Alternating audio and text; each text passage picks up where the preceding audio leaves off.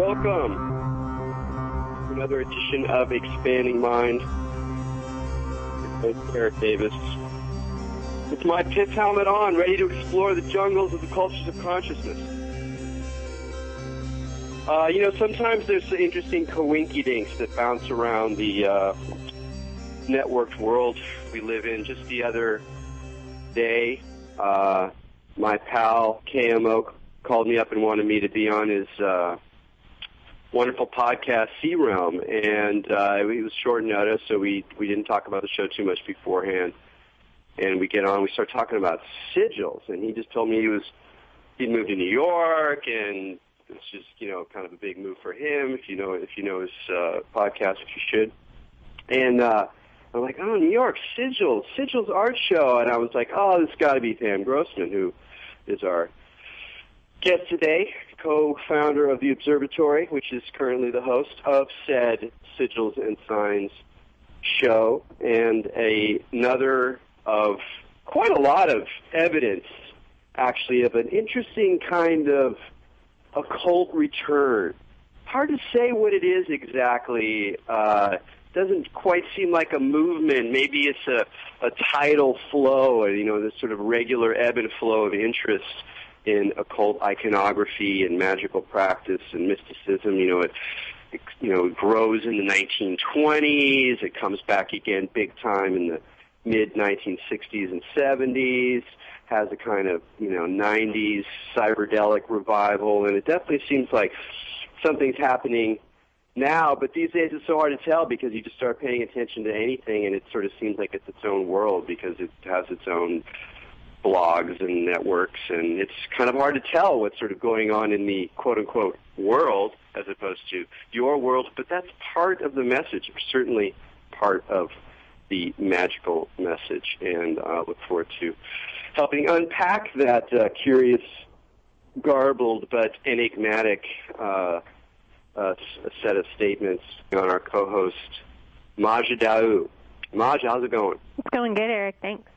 So you've been in the scene for a while, esoteric librarian, practitioner, divination freak, astrology maestro, been studying it for a long time, alternative medicine. Does it seem like over the last, 5 years, something sort of surging, or is it just like that just becomes a world that you see? No, I feel like it's mega surging. Just to give you perspective, when I started in all of this, kind of doing it publicly, giving lectures and stuff, the majority of my lecture attendees were old ladies. I had my fan club, and it was mostly people over 50 years old that were kind of knowledgeable about this stuff and into it, and some weirdos and stuff like that. But now, everybody comes. Young people, older people that are super square. It's burgeoned into all of these different areas where people you would not necessarily think would be into the occult are now openly expressing interest. What do you think that's about? Man, I think it's just going along with a consciousness shift. I know that sounds new agey and weird and hard to articulate, but it's just more people are bringing this into their periphery of their minds, and I think it's like 100th Monkey style because more people are kind of talking about it and getting into it and exploring it, and it's just kind of catching like a virus. Well, but I think you're right, but I still want to get at it a little more. Like, if you think about the 60s, it's really clear why a turn towards, trance states and a kind of, an anti-Christian sort of way of imagining, pagan lore and the sort of idea of like esoteric secrets is all bound up with kind of psychedelic experience. You can kind of get that. And in the 90s, the sort of like explosion of the new, possibilities of the internet and virtual reality, in the sense that there was this kind of new world that was just starting to break at the edge of the millennium, and it sort of, creates like what we kind of call an archaic revival. And so I'm just trying to figure out, like, what is the flavor of this? So there's clearly some kind of return. Yeah, but is it about the internet? Is it about the return to the earth? Is it about the fact that all of our sign systems are up for grabs, so you might as well go with a sexy enchanting sign system? Is it Is it out of a deep kind of emotional need for connection? I'm still unclear about. To me, the flavor of this revival is people want to do it. Like it's not just like they're curious looky-loos. They want to read about it. They want to feel it. They want to experience it. A lot like the 60s, like you were mentioning, it was kind of this reaction, and people were into doing stuff. Whereas I feel for a long time, the occult kind of went into people were interested in, read this crazy story and let's research this. But to me, it seems like people actually actively want to like do the pagan stuff. They want to feel magical. Well, in a way, that's almost like kind of a DIY thing. It has sort of that like, DIY reality creation, or the way that you would, knit a sweater and put it on Etsy, or craft some kind of, instead of buying something, you go, hey, we can make that, and you just sort of figure out how to craft it. It's like, yeah, well, we can do that with ritual tools and idols and creative ritual spaces, and it's sort of it's like more like a hands-on spirituality. It's that hands-on sense. It's true. In fact, I've actually gotten some materials for rituals I've done at Michael's, which is the big craft store. So that's funny. That's great. Well, let's bring Pam on. We're already kind of having a conversation without her. She's like, hey, I got something to say here. So, Pam, welcome to Expanding Mind. Thanks so much for having me, guys. It's a pleasure. Absolutely. So, yeah, we could just sort of dive right in, especially because unless I, the time that I met you sort of misread your youthful vivacity, you've kind of come up at a different time than me in any case in terms of this stuff.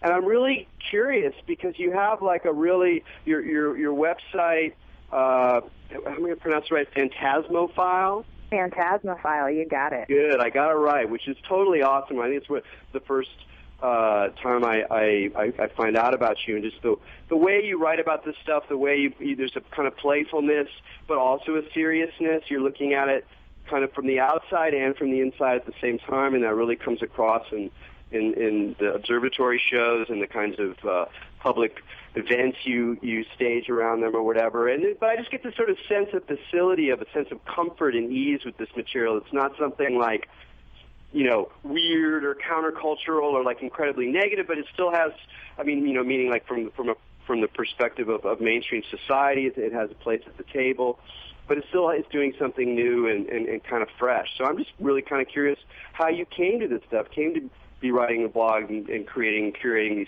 these kinds of shows and sort of helping to create this new expression of such an old, cultural course. Sure thing. So, like a lot of stuff, I think that it started because it was something that I thought was really cool. And it's funny, I was just having this debate with one of the artists in my show, David Highsmith, who's an incredible Kabbalah scholar, and, he does all this incredibly deep work, beautiful, intricate drawings. But we were talking about how, is it okay to just say, look, I got into mysticism because I thought it was really cool when I was a kid? And I think that is actually something that we should all honor and be proud of. Like, I think, probably the three of us alone, we could sit here and talk about when we were kids or when we were teenagers, like certain books we loved, albums we loved, and how that is kind of like your gateway drug into this esoteric world. So yeah, it really started at a very young age, honestly, before I can even remember, where I just, like a lot of kids, gravitated towards mythology, gravitated towards fairy tales and magic and anything with witches in it. And I just loved it. It just totally rocked my world. And, I think it more evolved and grew as I got older. It's I've often said it's not something that I've grown out of. Instead, I've grown into it, this obsession with magic and mystery and meaning-making to a large degree. So it just kind of added on like the layers of an onion.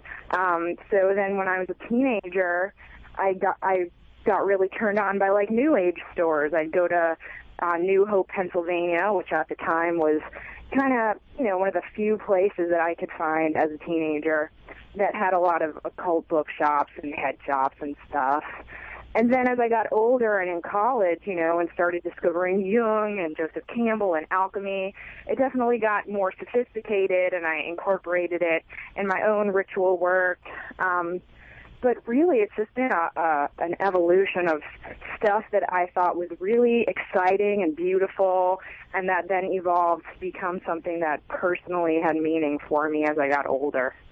Yeah, I mean, I think one of the ways into this question, or an aspect of it that's partly a hidden history, the way that paganism and magic itself is kind of a hidden history that now we know a great deal more about, and, scholars are taking seriously in a way that 100 years ago they were, almost entirely ignoring. But there's another kind of more modern story here that I think also has a role to play in how this sort of sensibility plays itself out, which is art. And I know that you're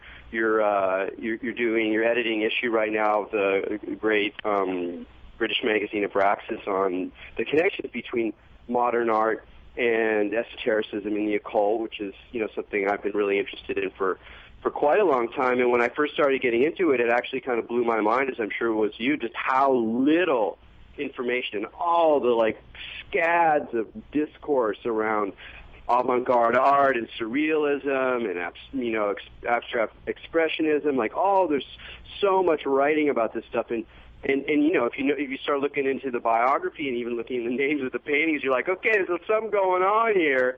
And very few people up until the 80s even acknowledged it, and even now it's much more part of the discourse because a lot of fields of knowledge are paying attention to the occult stuff, not just on a cultural, maker level, but it's still also it's a different kind of portal. It's a different way of talking about how you start getting entranced and fascinated and curious and called by images, rather than saying I want to make something happen in a magical ritual, and you start looking at what rituals were, or you find how to do a ritual book. But it's also gosh, what's going on with the images, or the images I'm making? And I'm drawn to these kinds of images, and it's not even necessarily religious or yes or no. And I'm sure working with artists, doing the kind of work you do, you've had a lot of exposure to different ways in which art come together with this sort of appreciation for these mysteries that turn into things that are maybe more than art on some level. So how did you get into that? Was it through your own art making or just your own studies? Sure. Well, it started when I was really little. My mom's actually an artist and my dad's a musician. So I kind of grew up coming to museums as a special, on my birthday, we'd come to the Metropolitan Museum of Art, and it was this big treat for me. So I definitely grew up with a lot of art in my life. My grandma was an artist. And so at a really young age, I felt pretty at home in these places, and that, and I feel lucky to say that because I know it can feel a little intimidating for a lot of people. But for me, just coming to a museum, I felt really welcome there, and I felt really free to interface with images and trust my own instincts and, trust my own opinions about them and trust what I was gravitating towards. So that's kind of my background in it. I definitely did visual art for a while. I write music. I was a poet for a while and still, dabble in these things here and there today.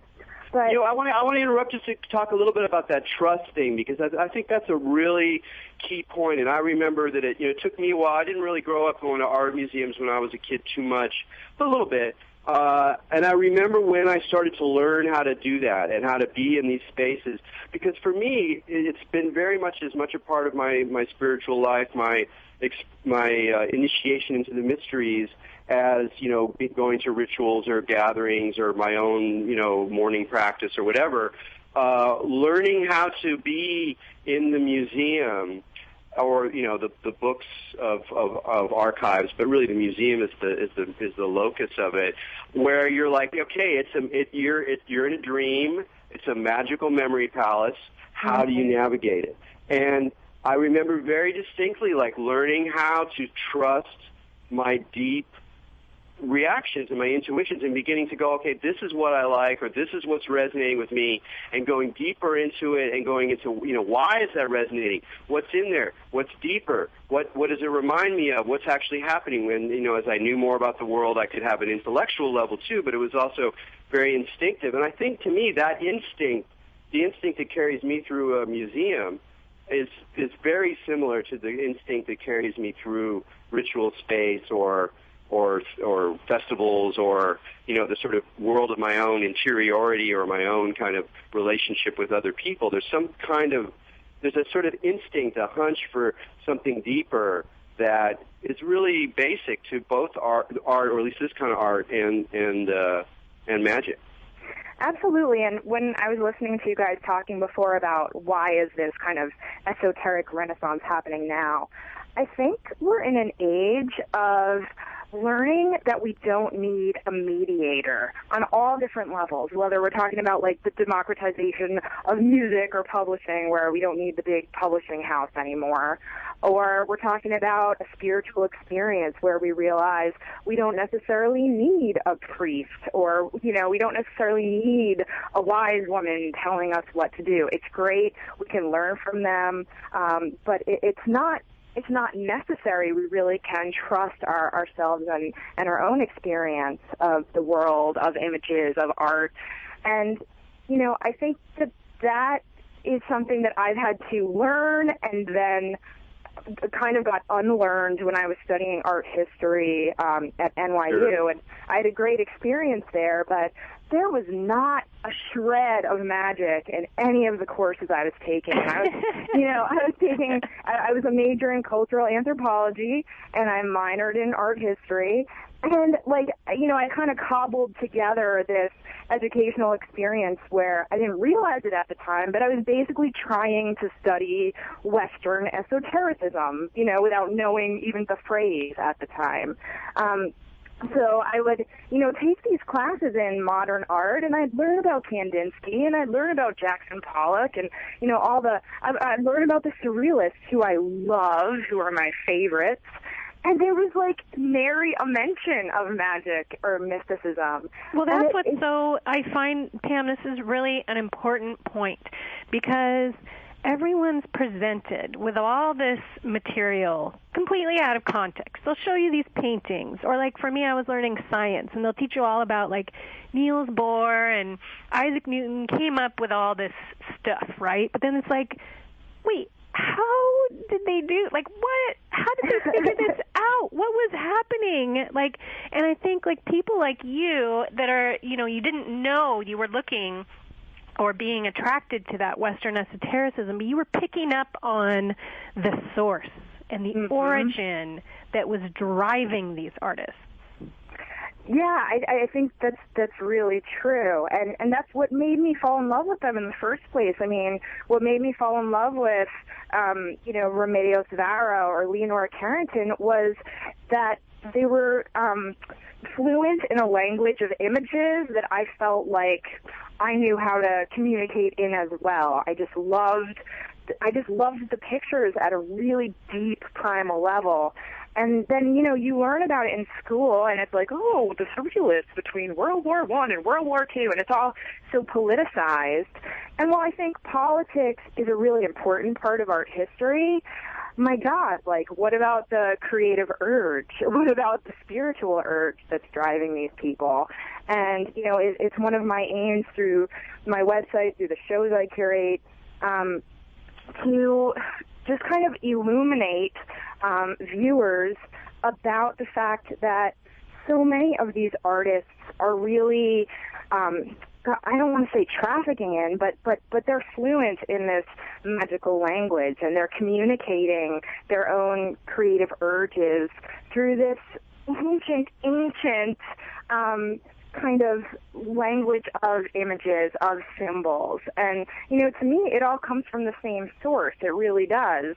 And, I don't know exactly what that source is, but it's somewhere in the space of dreams and myths and mysticism and, call it the collective unconscious, give it whatever name you want. But for some reason, these magical images are just charged with a real potent potent energy. Well, and that's where it becomes like a club, where it's like some people can look at the surrealist art, like you and me and Erik and lots of other folks, and they get the charts. They're like, oh my God, and then they feel it and they speak the symbolic language. And then there's a lot of, the squares where they'll just look at it and they're like, oh, I guess they must have been like involved in the Spanish War or something like that. Like what? Yeah, they're on a lot of drugs. Yeah. How? Like what? And the club is like expanding right now. And I think what you really hit on is that it's just some people are speaking the symbolic language, and maybe like more people are learning the language, and that might be what's happening. But I think something else is going on here, too, that's a little bit different, that is again, why I think it's really important to, as modern people, to approach the occult or these mysteries, partly with art in mind, with the example of artists, but also thinking about what art is, because it's not just like a language that you learn. Because anybody, you can learn a science system, you can learn a language, you learn to get the codes, so this means that, and now I know the tree of life, so I can decode whatever, a Harry Smith chart, or I can, and that's part of what the mysteries are, because there's this lore and there's associations and correspondences and information. Of course, it's always shifting a little bit, exactly what color symbolism means. It's like you can apply color symbolism to a lot of abstract expressionism and sort of build a kind of occult or esoteric story, but next door there's another set of color correspondences that are different or whatever. But it's not just that, because at the same time, in some sense, the whole thing is about mystery. The whole thing is about that point where the language breaks down and the science system no longer helps you. And art isn't science. When an artist deploys the images, even some of the pieces I saw, I was on the website. I encourage people to go and check out the websites for the Sigils and Signs shows. It's Sigils and Signs Tumblr. .com, and I was looking through some of them, and I was thinking about that. I was going like, oh wait, that one I recognize, or that one, that one's more traditional. That one's like, what is it? Where does it come from? And I realized that even though I could read more deeply into some of these images than some other people might be able to, what really interested me is when the piece would also flip around and make that opaque. Make it mystery again, where I don't know kind of what's going on. And that's where I think the art really has something to tell us about how to be in relationship to the mysteries. It's not like religion, really. It's not like learning the secret sign so you can be in the club, exactly. You may go into the club and kind of learn around, then you start to realize that nobody really knows what's going on, and there's this sort of deeper relationship to mystery that's being staged, that in a way the model of art is almost more appropriate than the model of religion, which is still how people think, of paganism or ceremonial magic and things like that. They're still kind of coming often from a sort of more religious perspective of lore, and this is how things are done, this is how tradition is. But we don't have tradition that way anymore. It's something else, For me, like, when I'm thinking about art, I think about something that exists on two planes. It's incredibly personal, but then it's also incredibly public and universal. And I feel like some of the pieces that, Erik, maybe you're responding to in terms of you kind of recognize the images, but you don't know quite what they are, it's because, to me, they're effectively straddling those two worlds. And to me, it's the whole, like, as above, so below thing, where it's like, okay, the artist is having this, occult, meaning hidden or internal experience, but then they're materializing it. And I mean, that's a spell right there, right? And I think that's what's so great.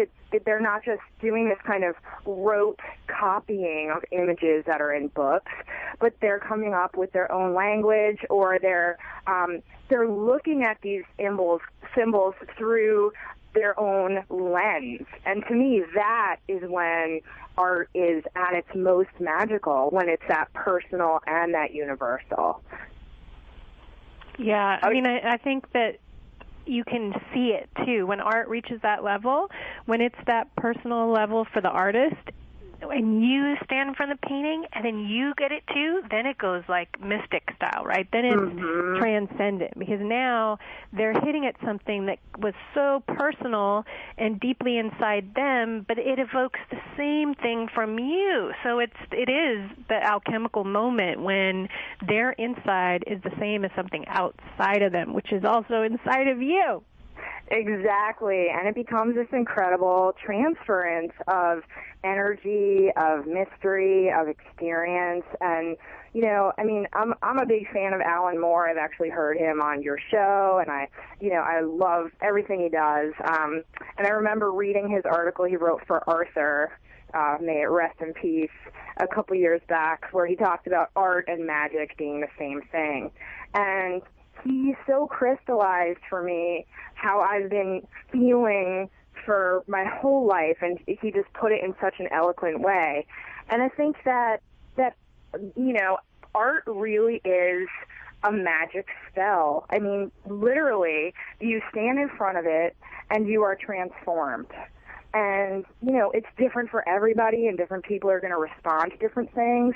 But to me, I'm like, that's the beauty of it, that different works are going to turn different people on and open different people up, and hopefully get them going on a path, following what I tend to call the trail of cosmic breadcrumbs, where you're like, oh, I love this image, and what is that? And let me look it up in that book, and that led me to this article. And that kind of brings me back to the internet, where it's happening so much faster. That kind of cosmic trail is escalated and amped up so much because we have so much access to all this information and cool links, and this beautiful chain of learning that we all have access to now.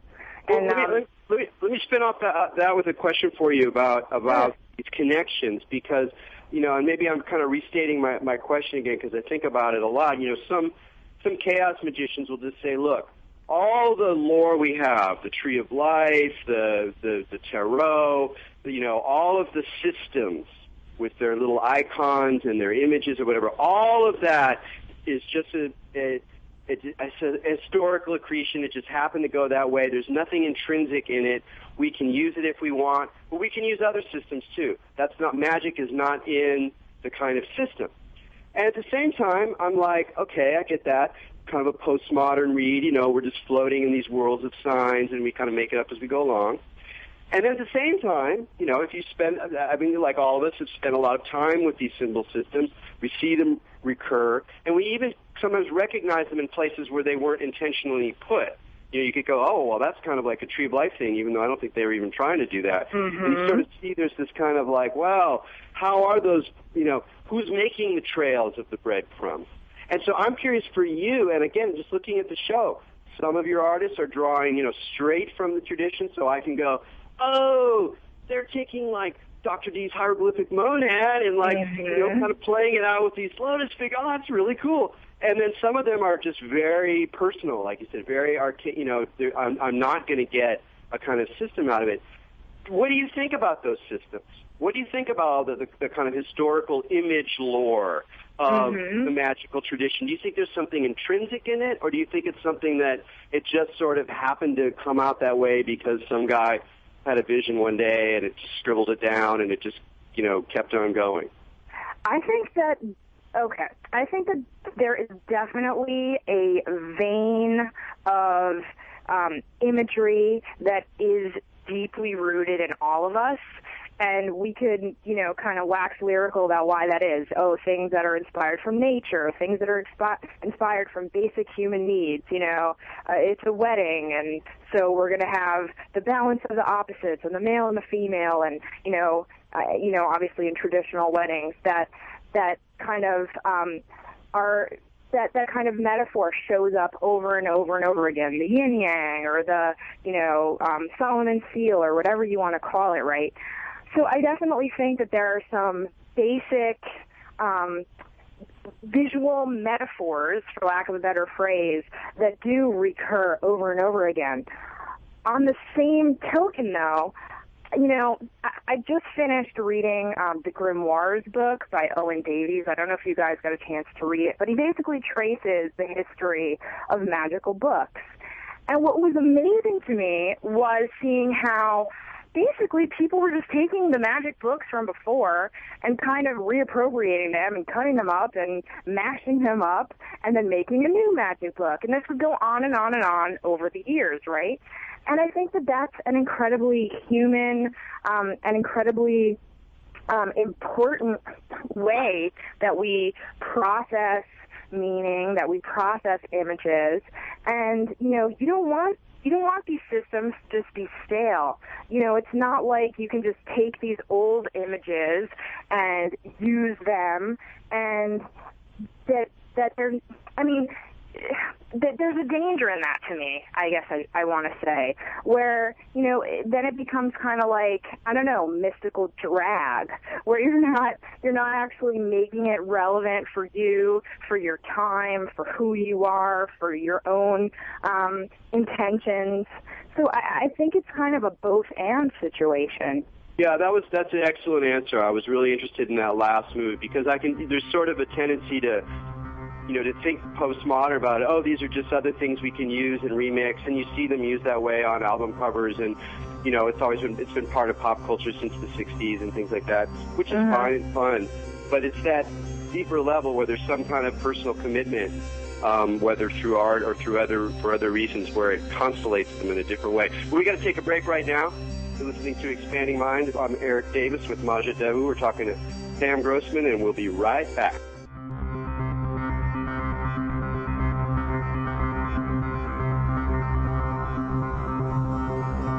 Back to Expanding Mind on the Progressive Radio Network. This is Maja Dahu. We're here with Erik Davis and Pam Grossman. We're talking about occultism, magic, and art. And Pam, in the observatory room, I was lucky enough to get to go out there and do a little gig there, which was fantastic. And just being in that room, you know, I was really kind of a little leery of how it was going to be in New York and what the scene was. I feel a little spoiled being in Los Angeles. And I know the East Coast has such a different vibe, but can you talk a little bit about kind of the inception of starting the observatory room there in Brooklyn? And because you're obviously hooked in with the art and esoteric scene, and it's really amazing that you're able to run this space that has events that really just are able to, you provide a community where that kind of thing can be expressed. Can you talk a little bit about how that got going? Sure thing. So yeah, Observatory started in February of 2009. And it basically started because my friend Joanna Ebenstein had this really neat little space called the Morbid Anatomy Library, and she has an awesome blog about that some of you guys might be familiar with. And she is a project in residence of Proteus Gowanus, which is this awesome gallery in Gowanus, and they really are kind of the pioneers of Gowanus as a neighborhood that's become, I don't know, kind of reminds me of like what Williamsburg was maybe 10 years ago, where lots of warehouses and factories. We literally have 2 casket companies on our block. Wow. Like it's like it's like Grand Theft Auto country a little bit, but suddenly like now there are all these really neat art spaces and stuff popping up. So anyhow, Joanna and I became friends. Actually, you know, this sounds kind of like the mythology of the space, but it really is a true story. We met at Obscura, which is this really neat little kind of Addams Family-esque antique shop in the East Village, and we met at this book party for this guy called Lord Whimsy, who's great also.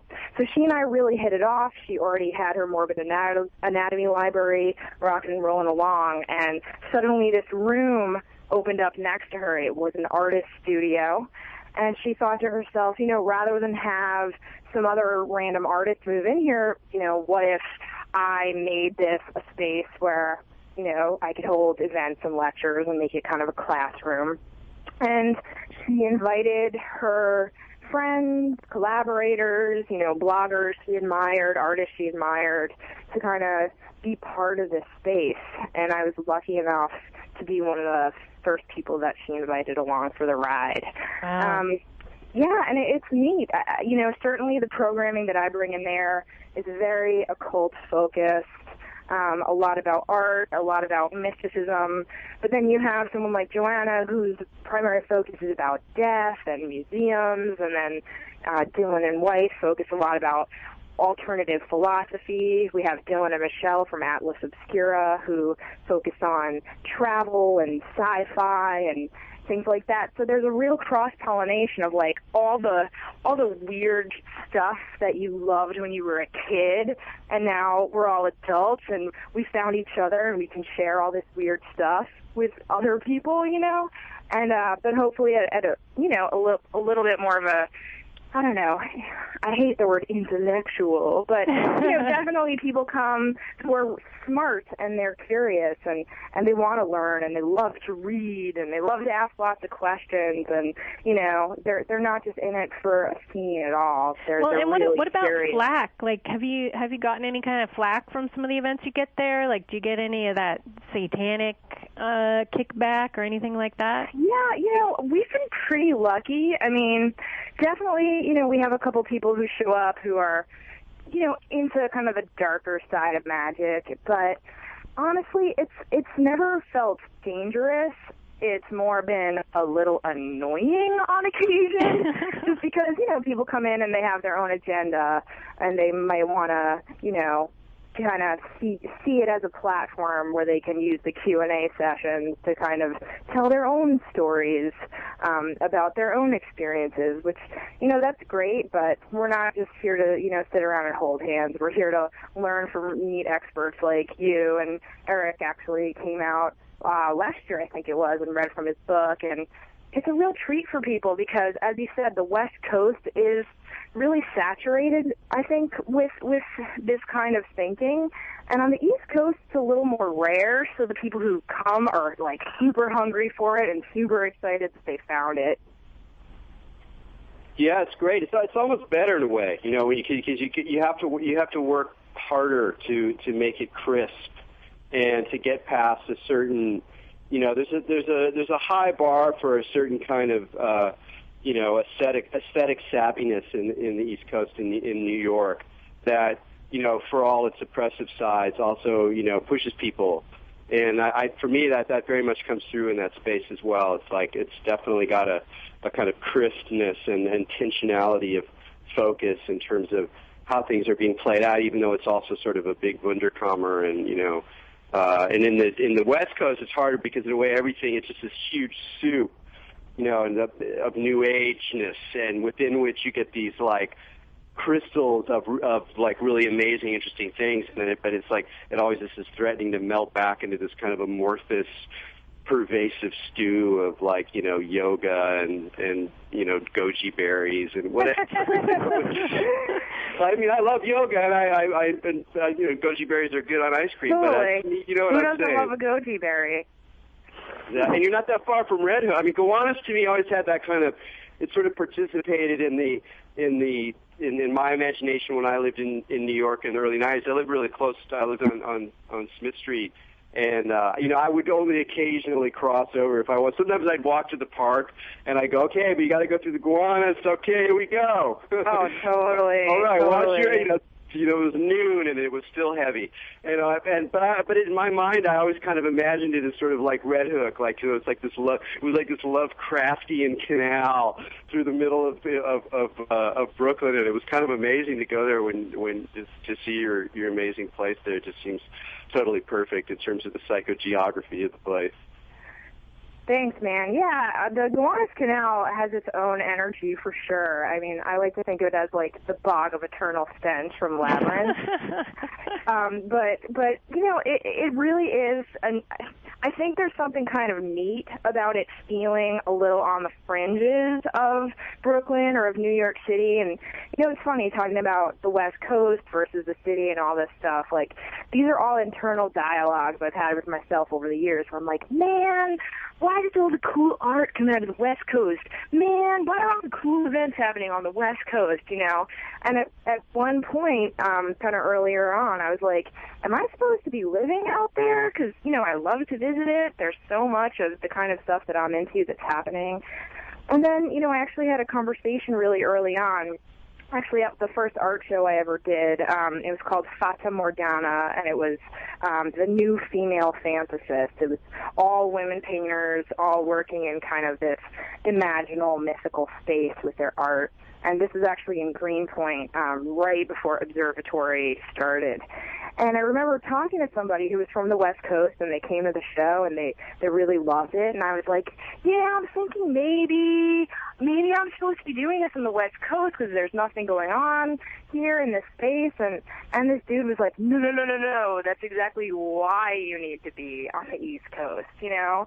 So it definitely feels like, and certainly we're not the only ones. There's the Open Center, and there's lots of stuff up in the Hudson Valley that's really immersed in mysticism. So, you know, I certainly would never take all the credit for that or anything, but you know, it definitely feels like an important mission to help grow this community. And, you know, especially when it gets into, like, occult stuff, I know some of the bigger centers, they do focus more on, like, yoga and Eastern mysticism, and, you know, that's great and more power to it, but, you know, I'm trying to kind of get the occult out of the ghetto and trying to show that it's every bit as important, as beautiful, as sophisticated, as elegant as all these other kind of streams of thinking. Yeah, and there is a great history there. You know, I mean, New York in general, back, you know, through the 18th, 19th century, but even just in the hippie days, man, it was some serious stuff going down there. There's all sorts of really powerful characters. I mean, just Harry Smith alone, you know, it's like Harry Smith lived on the West Coast in the 40s and early 50s, and then when he moved to New York, he never looked back. I mean, there was reasons for that, and I mean, he's a great figure for the kind of thing we're talking about, because it's that art and it's pop culture, and it's like a lot of lore, a lot of knowledge lore, but it never becomes, you know, academic or scholarly, and it's got this tricky quality, one foot in popular culture, one foot in, you know, esoterica and Thelema and all that. So it's a really good practice. I mean, when I lived in New York in the early 90s, from 89 to 95, when there was another kind of wave. There was definitely sort of a psychedelic resurgence, and I was doing talks at the Open Center and hanging out with Peter Lamborn Wilson, and there were the sort of, you know, the East Coast kind of Mondo people, and it was a very interesting time, but it was partly because it's just not as part of the sort of self-conscious culture of New York. But as I said, that can be a real strength as long as you can create the community, which you clearly have. Well, how about that? Like, what's been interesting or surprising to you about the people who come or come back to, you know, some of the events and workshops and shows you have? Yeah, well, I mean, two thoughts about that. First of all is we get a lot of, for lack of a better term, repeat customers. You know, like, once people find us, they are generally so happy and so excited that then, you know, there's a bunch of people I'll just see at, you know, almost any event that I have. They're just really into this stuff. And that's just really heartening, because you do feel like you're kind of building a little bit of a family. Though certainly we get people who come every now and again also. And the second thing, you know, on a personal note, is I've really grown community for myself. I mean, when I first got into being more public about this stuff, when I started my blog in 2005, and then when Observatory started, definitely, like, I had loads of amazing friends and people who knew that I was, you know, a witch, and people who knew that this is what I was into, but they weren't necessarily into that stuff. And, you know, that's cool.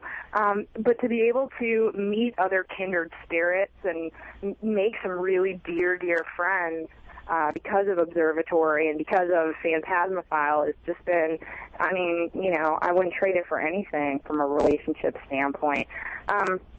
And I don't know, something else you said, Erik, that I wanted to bring up, like talking about New York City in the 60s.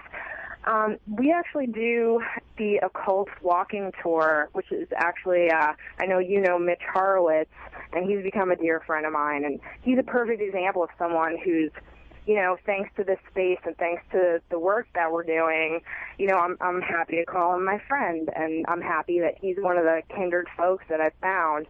But he talks a lot about New York and how really, you know, we're talking about the 19th century, late 1800s with, you know, Madame Blavatsky and all the Theosophists and that whole crew. And, you know, when we're walking around New York City and looking at all these places, he really educates people about, you know, all of the different occult communities that were growing mainly in Midtown Manhattan, which is so wild if you think about it. So I do think that this lineage of mysticism and occult thought that's been happening on the East Coast and in New York City for a long time, that I feel really, really lucky that I'm part of it. Yeah, psychogeography is a great way of thinking about it, too. I mean, it's, you know, it's like this, because when you're in a city, it's like the city holds traces in a way, or like a really concentrated city holds traces in a way that other places don't. And I think one of the best ways for modern people, you know, because one of the problems you get is you get into this stuff, you kind of realize everyone's making it up as they go along, but you also realize there's a sense of tradition. Mm-hmm. But, you know, people are often coming to it on their own, and they're doing their solitary thing, and they make some friends, but there's this sort of sense of a lack of a traditional kind of transmission, you know. And maybe people meet older people and they have a coven experience, or they have some kind of, you know, magical teacher or whatever, but sometimes you don't. But one way that you can make up for that is to know your area where you live and know what happened there before. Because when you can go by the house and go, yes, that's where, you know, that's where the first meeting of the Theosophical Society went down. You're like, yeah, okay, the place that I live actually holds these traditions and these traces, and by knowing about them and by kind of having that be part of my imagination of the actual world that I walk around, you can tie into these sources, and you create more of a sense of a tradition, and you recognize, like, I'm not the first person, my generation is not the first generation.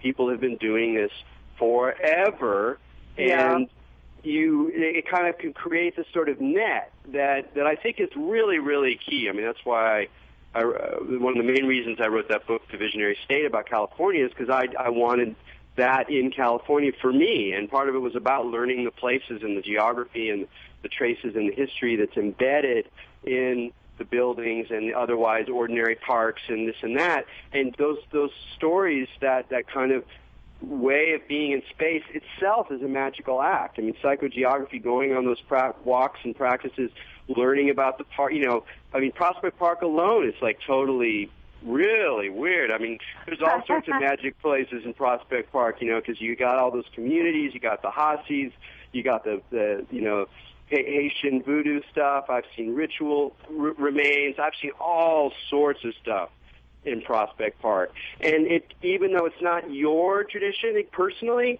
it like creates this matrix of mystery and reality that I think is really powerful, which is partly why it's so powerful to have a center like the Observatory or, you know, Philosophical Research Society. Absolutely, absolutely. It's interesting, though, to, like, hear you talk about, you know, a tradition, because I love the idea that this tradition, you know, if we're talking about where I'm at now, and I'm thinking to Madame Blavatsky, you know, 125 years ago or what have you. But then, you know, where's she coming from, and where are her teachers coming from, you know, like, and when you trace it back and back and back, I think that almost gets us back to where we started at the beginning, where it's like, well, is there this one long lineage? Is there this one kind of vein of magic that we're all tapping into? And I definitely think that the answer is yes. I definitely think that, you know, that we're all kind of part of this same story, and it just excites me to think about things in that respect. You know, we only got 10 minutes left, and you know, I know, Machi, you have a question, but I also just wanted to let you talk a little bit more about the show or upcoming events if you wanted to. So just putting it out there, we have about 6 minutes left or so. Oh, right on. So, yeah, Sigils Signs is the show. It opened on April 27th, and it's going to be up until June 17th at Observatory. And it features 14 artists who are basically using art as a spell and incorporating whether, a traditional kind of framework of images or their own, to create these visual spells. So my hope is that when people go to the show, they'll have, if not a mystical experience, at least a super fun one, because the art is absolutely gorgeous. And then we've got some events coming up. We have on June 1st, William Kiesel is coming. He's from Ouroboros Press, and he's going to be giving a lecture about magic circles, which should be awesome. And then on June 10th, we have Judika Illes coming, and she's going to be teaching a workshop in symbols and spells, which is going to be awesome, too. She's an incredible witch and written loads of books. So, a lot cooking in the cauldron. Well, and what do you think throughout the course of your kind of doing these events and things like that, what kind of transformational effect has that had on, you direct, or have you seen, maybe I should ask this, can you tell one story where you saw someone completely just like change their life as a result of one of the events that you had there at the space? Oh my goodness. The best thing I can do, I think, in the interest of time, is just talk about how it's changed me. Just the idea of community and magic has become so much more important to me as I've gotten older. I'm 31 now, and, it's really only been like the last, 3 or 4 years that I've been sharing this part of myself with a community. I've been doing my own rituals and my own work, solo style since I was really a kid, but, hardcore since I was a teenager. And, a couple years back, I just reached this point where I was like, I need to, quote unquote, find the others.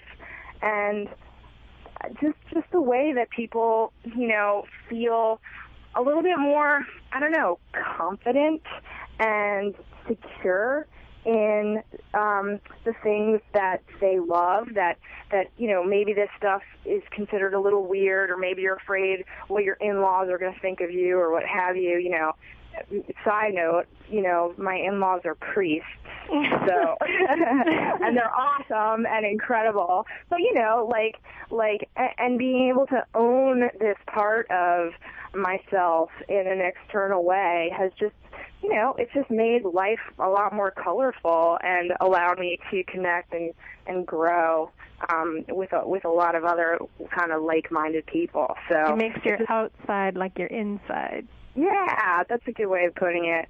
And it just, makes you kind of walk in the world more authentically, and that's what we all want to do, right? I hope so.